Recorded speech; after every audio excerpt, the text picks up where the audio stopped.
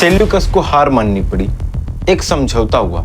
चंद्रगुप्त मौर्य ने एक वास्ट क्षेत्र लिया और बदले में एक ग्रीक राजकन्या से विवाह किया, यानी राजनीति और युद्ध दोनों में विजय।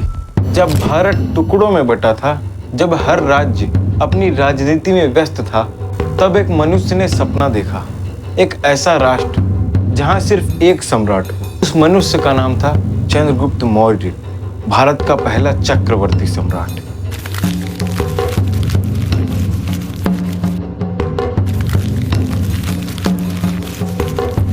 चंद्रगुप्त मौर्य का जन्म 340 बीसीई में हुआ था, जिन्हें कुछ लोग शूद्र कुल से मानते थे, लेकिन चाणक्य और बाद के ग्रंथों में उनका संबंध मौर्य क्षत्रिय कुल से बताया गया है। उनकी मां ने उन्हें जन्म दिया था, लेकिन उनकी तकदीर ने उनके हाथों में भारत का भविष्य लिख दिया था।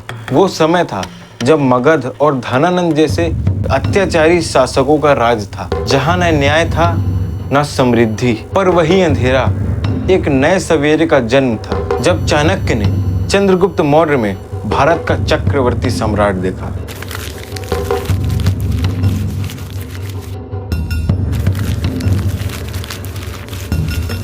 चाणक्य, जिन्हें हम विष्णुगुप्त और कौटिल्य के नाम से जानते हैं, एक अर्थशास्त्री, कूटनीति के महान विद्वान और भारत के नए युग के रचयिता।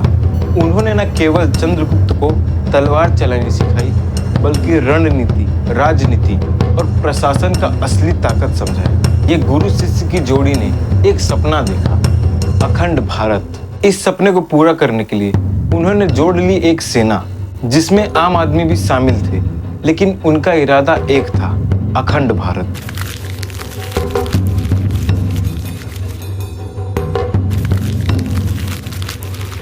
(321 बीसीई में मगध का राजमहल कांप उठा, धनानंद का पतन हुआ।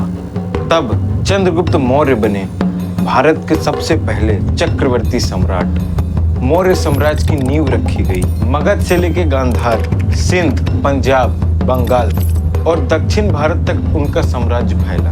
और ये सब कुछ चंद्रगुप्त मौर्य ने बनाया अपने राजनीति, अपने युद्ध और अपने चतुराई से।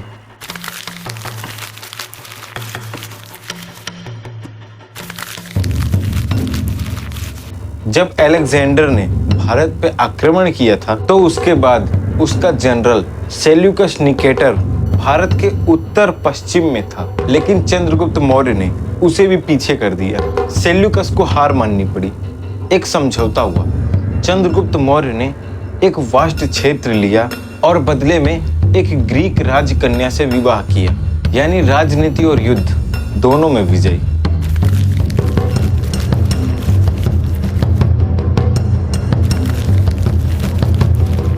चंद्रगुप्त मौर्य ने एक ऐसा साम्राज्य बनाया जहां law and order, economic policy, agriculture, trade और स्पाई सिस्टम तक सब कुछ व्यवस्थित था। चाणक्य ने अर्थशास्त्र के माध्यम से एक ब्लूप्रिंट दिया था, जिसे चंद्रगुप्त मौर्य ने इस धरती पर उतारा। हर जनपद में गवर्नर, हर बाजार में नियम और हर सीमा पर सुरक्षा।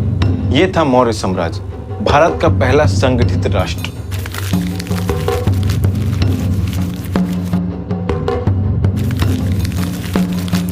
चंद्रगुप्त मौर्य का जीवन ये भी बताता है कि असली शक्ति में अहंकार नहीं होता। जब साम्राज्य अपने शिखर पर था, तब उन्होंने गद्दी अपने पुत्र बिंदुसार को दे दी और स्वयं जैन धर्म अपनाकर श्वराना बेलागोला चले गए। एक ऐसा राजा जिसे राज्य से ज्यादा धर्म प्यारा था।